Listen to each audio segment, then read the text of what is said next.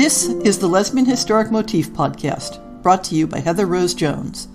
The show looks at lesbian and sapphic themes in history and literature, and historical fiction with queer female characters, including fantastic versions of the past.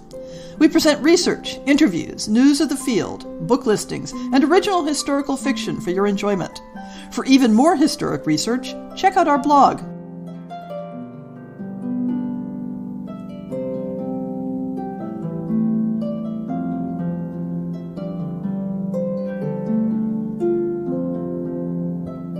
It's never too late, and you're never too old. Well, at least in fictional romances. This month, we're doing another installment in the Favorite Tropes series, looking at second chance romances and older protagonists. The two don't automatically go together. Second chances can happen at any age. But the two themes felt like they'd pair well together, sort of like caramel and salt. A trope in fiction is a conventional story element that is used regularly enough that it carries a whole context of meaning and connects the story to other works that employ the same trope. The trope could be a character type, a specific situation, or a plot element. This series is looking at how many popular tropes in historic romance work differently for female couples than for other types of couples, as well as looking at how specific historic contexts affect the trope, or how they play out differently than in contemporary romance. To some extent, second chances and older protagonists aren't affected as much by era, setting, and gender as some other tropes. They don't necessarily have to awkwardly work around finding analogies for heteronormative structures, the way that marriage-based tropes do. But there are still nuances where gender is relevant. The second chance trope typically has the following structure. The protagonists have had some sort of close personal relationship at an earlier point in their lives. It might have been romantic, but it might have been platonic friendship, or a one-sided romantic interest.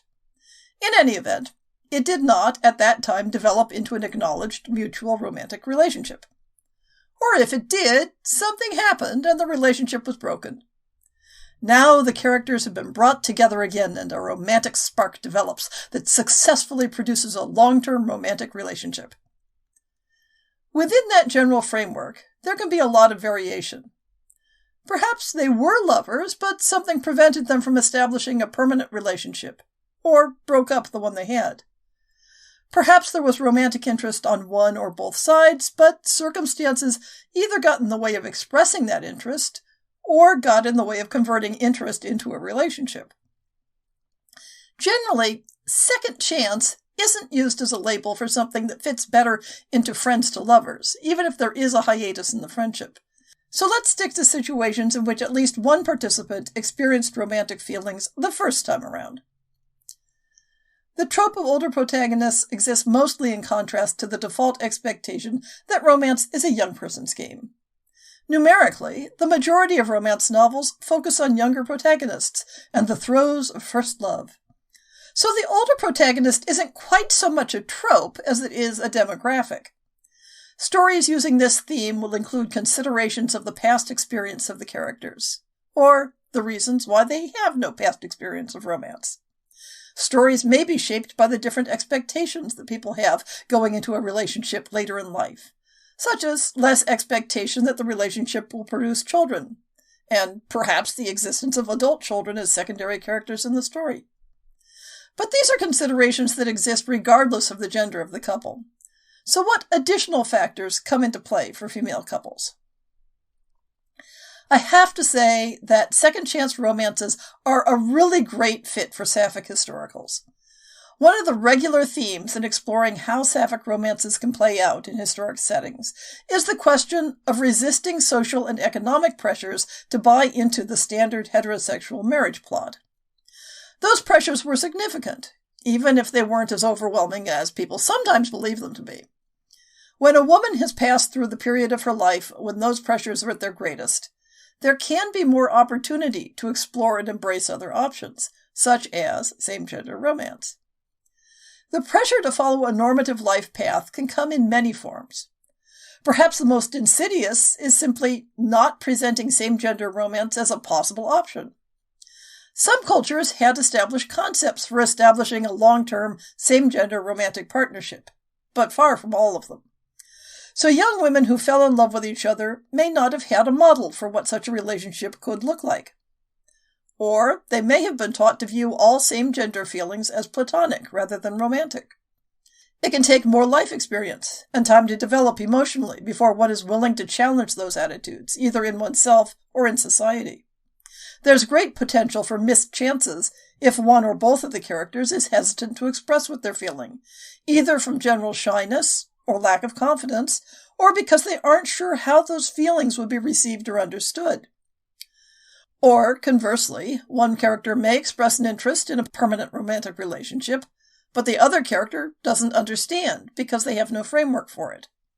Even cultures that recognized and accepted same-gender emotional bonds often treated them as a separate sphere from the relationships that shaped one's life path. The romantic feelings that two young women experienced might not be considered a reason to avoid heterosexual marriage. Alternately, economic pressures of employment or family needs might be the barrier to establishing a permanent bond between two women, just as it could be a barrier for other types of couples. One of the features of second chance romances is that the specific reasons why the first chance didn't work out don't need to be gender-based.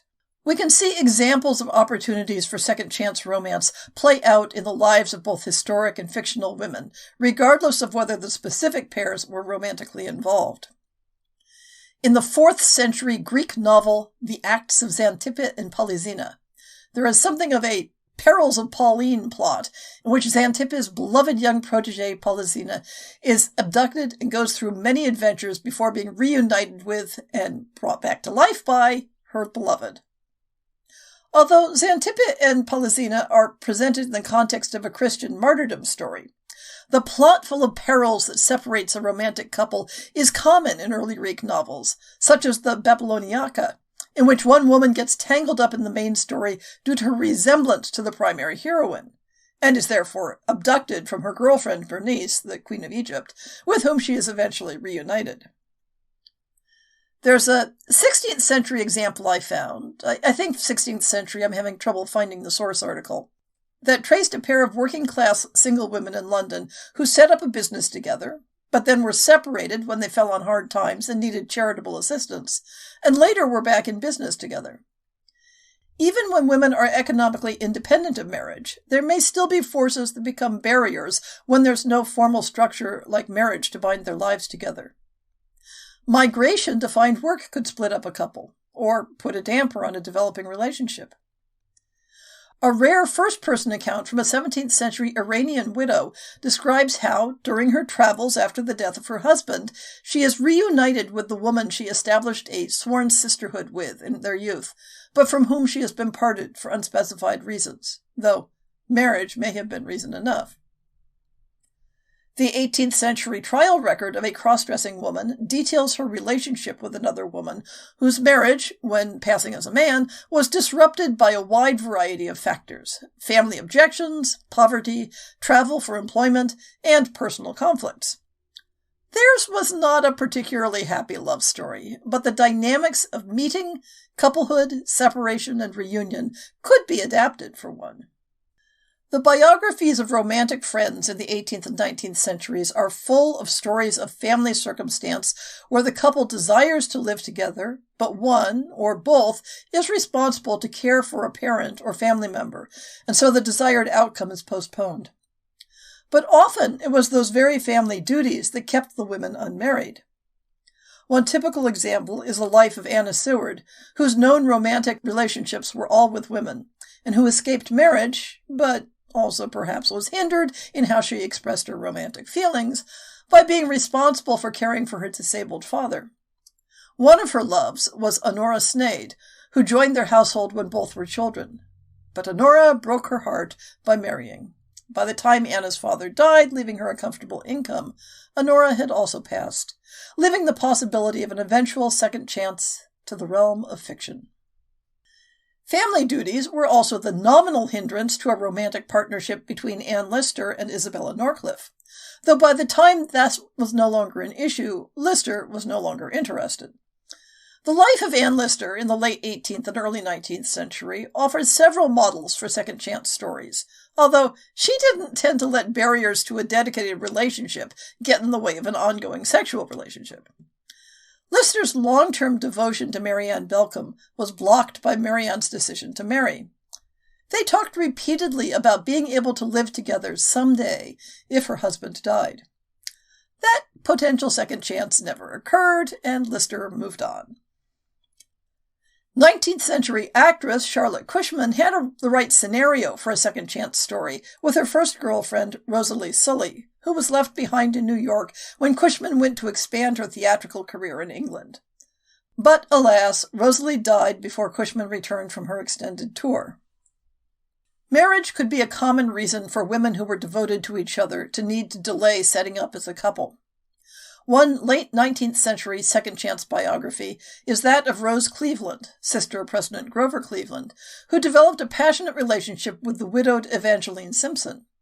They exchanged love letters and traveled together, but Evangeline succumbed to social pressures and married again, which caused a break between the two. Only after the death of Evangeline's second husband did she and Rose make arrangements to combine their households and share the rest of their lives. These historic examples probably focus a bit too much on the situations that are unique to female couples. But almost any reason for needing a second chance that applies to other types of couples will work for female couples. Simple misunderstandings. Relocation for family reasons or due to work. Schoolgirl romances can be a good starting point. Drifting apart due to different goals and priorities. Pursuing a different relationship that didn't work out. Or simply not having been ready for a serious romantic relationship at the time when you were originally together. The beauty of this trope is that it doesn't have to be about being queer.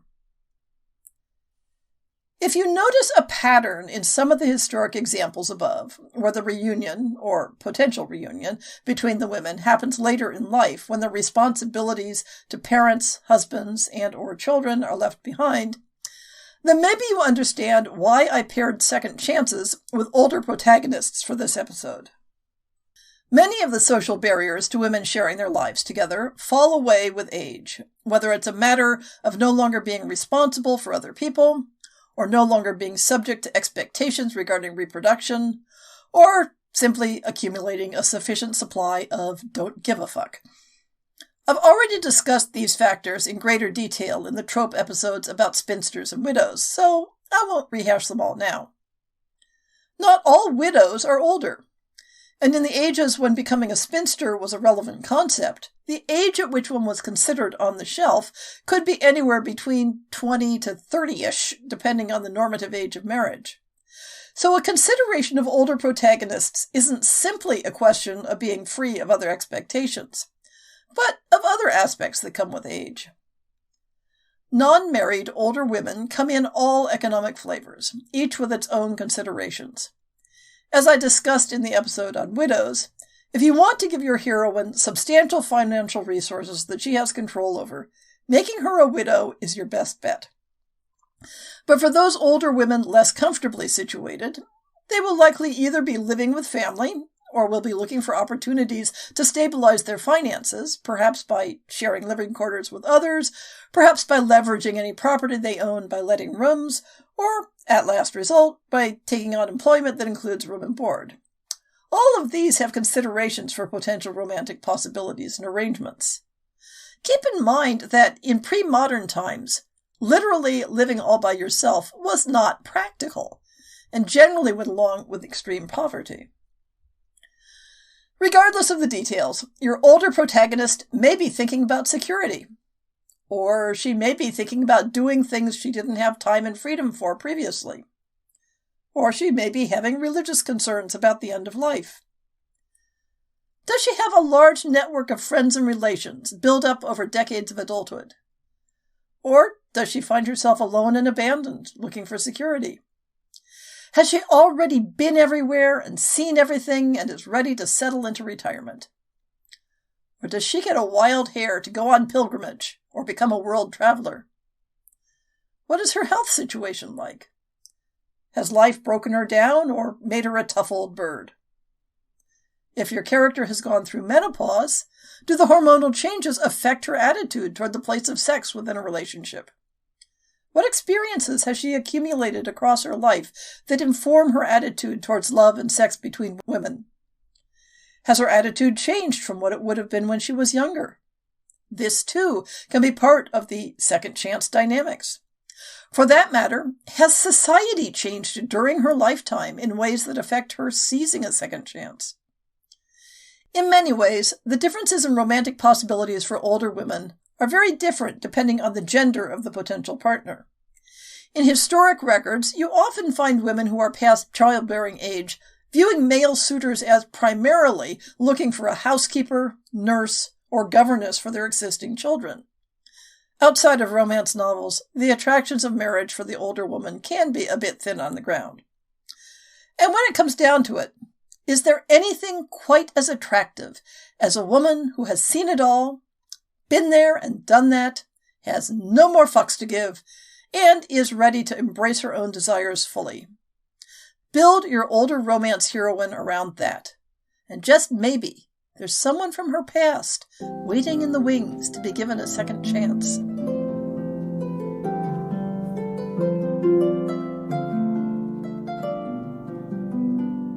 I hope you've enjoyed this episode of the Lesbian Historic Motif Podcast. See the show notes for links to people and topics. Most shows will have a transcript linked as well. If you have a book announcement, a topic suggestion, or might like to appear on the show, please drop me an email. If you enjoyed this podcast, please rate it and subscribe on your favorite podcast app, and consider supporting our Patreon.